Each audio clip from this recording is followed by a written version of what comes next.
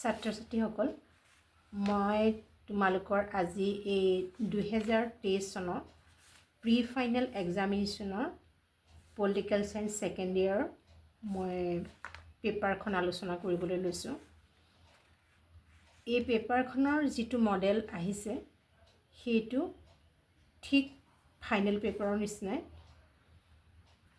ইয়াত লিখা আছে কোনটো কুৱেশ্যনে কিমান মাৰ্কছ কঢ়িয়াইছে সেইটো লিখা আছে। এতিয়া নং 1 কেৰিজ 1 মাৰ্কছ ইচ, 1 × 6 = 6। মানে কথাটো হৈছে 1 নম্বৰ প্ৰশ্নটোৱে 1 মাৰ্ককৈ আহিব আৰু 6টা প্ৰশ্ন আহিব, তাৰ বাবে 6 নম্বৰ। আৰু 2 নম্বৰ প্ৰশ্নটো 2 মাৰ্কছকৈ আহিব, 2 × 5 = 10 নম্বৰ। 3 নম্বৰটোত আহিব 4 নম্বৰকৈ, 4 × 3 = 12। আৰু 4 নম্বৰটো আহিব 6 মাৰ্কছ, দুটা কুৱেশ্যন আহিব, 6 × 6, এইটো 6 × 6। তাৰ মানে সম্পূৰ্ণ এটা পাৰ্টত 40 নম্বৰ। 40 নম্বৰ আহিব এখন কিতাপত আৰু আনখনত আহিব 40 নম্বৰ। ইয়াত সুন্দৰকৈ ভাগ কৰি দিয়া হৈছে। এই 40 নম্বৰ পাৰ্ট এৰ আমাৰ যিখন ৱৰ্ল্ড পলিটিক্স আছে সেইখন কিতাপৰ, আৰু বাকী 40 নম্বৰ পাৰ্ট বিৰ, মানে আমি পলিটিকেলত দুখন যিহেতু কিতাপ পঢ়োঁ গতিকে 40, 80 নম্বৰ। বিশেষকৈ মানে ইয়াৰ যি 20 মাৰ্কছ আছে সেইটোতো এছাইনমেণ্ট জমা দিব লাগে, তোমালোকেতো জানাই লিখিত এই 80 নম্বৰ আহে। ইয়াতো ঠিক তেনেকৈ এই 6 নম্বৰ কুৱেশ্যনটোৰ পৰা দেখিছানে, এই 6টা আহিব, 6 নম্বৰ 1 1কৈ, তাৰপিছত 5টা লিখিব লাগিব, ইয়াত থাকিব 2 কৈ 10।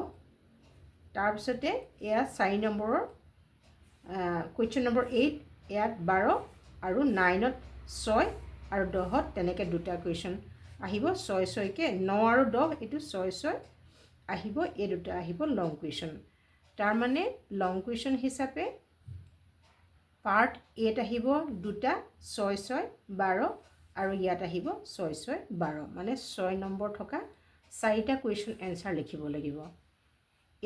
এইটোৱে হৈছে মানে এখন ফাইনেল পেপাৰৰ সম্পূৰ্ণ আৰ্হিত দিয়া হৈছে। এইখন 2023 প্ৰি ফাইনেল এক্সামিনেশ্যনৰ এখন কুৱেশ্যন পেপাৰ। ইয়াৰ মই আজি তোমালোকক ইয়াৰ যিকেইটা 1 নম্বৰ প্ৰশ্ন সেইকেইটা আলোচনা কৰিম।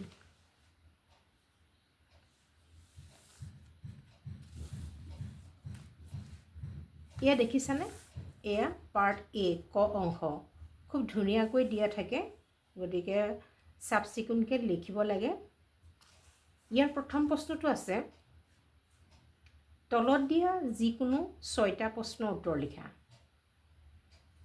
ইয়াত প্ৰথমটো প্ৰশ্ন দিছে এছিয়ানৰ সম্পূৰ্ণ ৰূপটো লিখা। Right the full form of Asian. তাৰ উত্তৰটো হ'ব, এছিয়ানৰ ফুল ফৰ্মটো হৈছে association of south east Asian nation. এইটো যিহেতু 1 মাৰ্কছ থাকিব, গতিকে এই প্ৰশ্নটোৰ উত্তৰ দীঘলকৈ লিখাৰ কোনো অৰ্থ নাই, চমুকৈ এশাৰীত লিখিলেও হ'ব নিৰ্দিষ্ট প্ৰশ্নৰ উত্তৰটো, আৰু নহ'লে তোমালোকে অকণমান 1 লাইন লিখিলেও হ'ব। ইয়াৰ দ্বিতীয় প্ৰশ্নটো হ'ল, ছোভিয়েট ইউনিয়নত ৰাজনৈতিক আৰু অৰ্থনৈতিক সংস্কাৰ কোনে আৰম্ভ কৰিছিল? Who started political and economic reforms in USSR? ইয়াৰ উত্তৰটো হ'ব মিখাইল গৰ্বাচভে। মিখাইল গৰ্বাচভে যিহেতু অৰ্থনৈতিক আৰু ৰাজনৈতিক সংস্কাৰ আৰম্ভ কৰিছিল, গতিকে উত্তৰটো চমুকৈ লিখিলেও শুদ্ধ হ'ব, মিখাইল গৰ্বাচভে। কুৱেশ্যন নম্বৰ 1C, ইয়াৰ প্ৰশ্নটো হ'ল, ৰাষ্ট্ৰসংঘ প্ৰতিষ্ঠাৰ সময়ত ৰাষ্ট্ৰসংঘৰ চনদত কেইখন ৰাষ্ট্ৰই স্বাক্ষৰ কৰিছিল? How many members signed in UN Charter when it was set up? ইয়াৰ উত্তৰটো হ'ব ৰাষ্ট্ৰসংঘৰ প্ৰতিষ্ঠাৰ সময়ত ৰাষ্ট্ৰসংঘৰ চনদত 51খন দেশে স্বাক্ষৰ কৰিছিল। অকল 51খন দেশে বুলি লিখিলেও হ'ব বা গোটেই বাক্যশাৰী লিখিলেও শুদ্ধ হ'ব। যেনেকৈ নিলিখা তোমালোকে যদি শুদ্ধকৈ লিখা তেনেকৈ পৰীক্ষকে নম্বৰটো দিব। ইয়াৰ পিছৰ প্ৰশ্নটো হ'ল Give an example of global threat. বিশ্বজনীন ভাবুকিৰ এটা উদাহৰণ দিয়া। বিশ্বজনীন ভাবুকিৰ বিভিন্ন ধৰণৰ উদাহৰণ আছে। ইয়াৰে ভিতৰত এটা দিবলৈ দিছে। মই লিখিছোঁ জলবায়ু পৰিৱৰ্তন। তোমালোকে খাদ্যৰ নাটনিও লিখিব পাৰা বা বিভিন্ন সন্ত্ৰাসবাদী কাৰ্যকলাপো লিখিব পাৰা। মই মাত্ৰ এটা উল্লেখ কৰিব লাগে, যিহেতু যিকোনো এটা উল্লেখ কৰিলেই হ'ল। ইয়াৰ পিছৰ প্ৰশ্নটো হ'ল চীনৰ সাম্যবাদী বিপ্লৱৰ নেতা কোন আছিল? Who was the leader of communist revolution in China? এই প্ৰশ্নটোৰ উত্তৰ হ'ব চীনৰ সাম্যবাদী বিপ্লৱৰ নেতা আছিল মাও জে তুং। ইয়াৰ পিছৰ প্ৰশ্নটো আছে ৰিঅ' সন্মিলনে কাৰ্যসূচী 21 নামেৰে বিকাশমূলক কাৰ্যপন্থাৰ এক তালিকাৰ পৰামৰ্শ আগবঢ়াইছিল। এশাৰী বাক্য তোমালোকৰ কিতাপত থকা এশাৰী বাক্য। ইয়াত প্ৰশ্নটো সুধিছে শুদ্ধ বা অশুদ্ধ লিখা।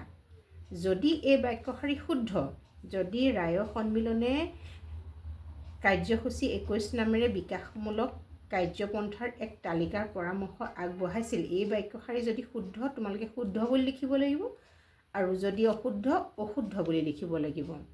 ইয়াত গোটেই শাৰী লিখিলেও হয় বাক্য আৰু বা নিলিখিলেও হয়। তোমালোকে শুদ্ধ বুলি লিখিলে মানে যদি শুদ্ধ হয় শুদ্ধ বুলি লিখিলেও তোমালোকক নম্বৰ দিব, বা অশুদ্ধ বুলি যদি অশুদ্ধ বুলি লিখিলেও নম্বৰ দিব। কিন্তু মই তোমালোকে বুজি পাবৰ কাৰণে মই গোটেই বাক্যশাৰী লিখিছোঁ। ৰিঅ' সন্মিলনে কাৰ্যসূচী 21 নামেৰে বিকাশমূলক কাৰ্যপন্থাৰ এক তালিকাৰ পৰামৰ্শ আগবঢ়াইছিল। ইয়াৰ উত্তৰটো হৈছে শুদ্ধ। ইয়াৰ পিছৰ প্ৰশ্নটো হ'ল ভাৰতত কেতিয়া নতুন অৰ্থনৈতিক নীতি গ্ৰহণ কৰা হৈছিল? When was the new economic policy adopted in India? ইয়াৰ উত্তৰটো হ'ব ভাৰতত 1991 চনৰ পৰা নতুন অৰ্থনৈতিক নীতি গ্ৰহণ কৰা হৈছিল 1991। ইয়াৰ পিছৰ প্ৰশ্নটো আছিল কায়োটো প্ৰট'কলত কেইখন ৰাষ্ট্ৰই যোগদান কৰিছিল? ইয়াৰ উত্তৰটো হ'ব কায়োটো প্ৰট'কলত 192খন ৰাষ্ট্ৰই যোগদান কৰিছিল। ইয়াৰ পিছৰ প্ৰশ্নটো এইটো প্ৰশ্নটো আছে ৰাষ্ট্ৰসংঘৰ সাধাৰণ সভাৰ প্ৰথম মহিলা সভানেত্ৰী কোন আছিল? এই উত্তৰটো হ'ব বিজয়লক্ষ্মী পণ্ডিত। আৰু একেবাৰে শেষৰ নম্বৰটো 1ৰ জেটো আছিলে ভাৰতৰ কোনগৰাকী প্ৰধানমন্ত্ৰীয়ে লাহোৰলৈ বাছ যাত্ৰা আৰম্ভ কৰিছিল? এই প্ৰশ্নটোৰ উত্তৰ হ'ল ভাৰতৰ তেতিয়াৰ প্ৰধানমন্ত্ৰী অটল বিহাৰী বাজপেয়ীয়ে। সেই সময়ত ভাৰতৰ পৰা লাহোৰলৈ বাছ চলাচল আৰম্ভ কৰিছিলে, আৰু সেই চনটো আছিলে 1999 চনৰ ফেব্ৰুৱাৰী মাহত। একেটা ভিডিঅ'তে গোটেই পেপাৰখন আলোচনা কৰাটো যিহেতু সম্ভৱ নহয়, গতিকে মই 2 নম্বৰটো আকৌ বেলেগ এটা ভিডিঅ'ত দিম প্ৰশ্ন উত্তৰখিনি। গতিকে তোমালোকে চাবৰ কাৰণে মোৰ চেনেলটো ছাবস্ক্ৰাইব কৰি থবা।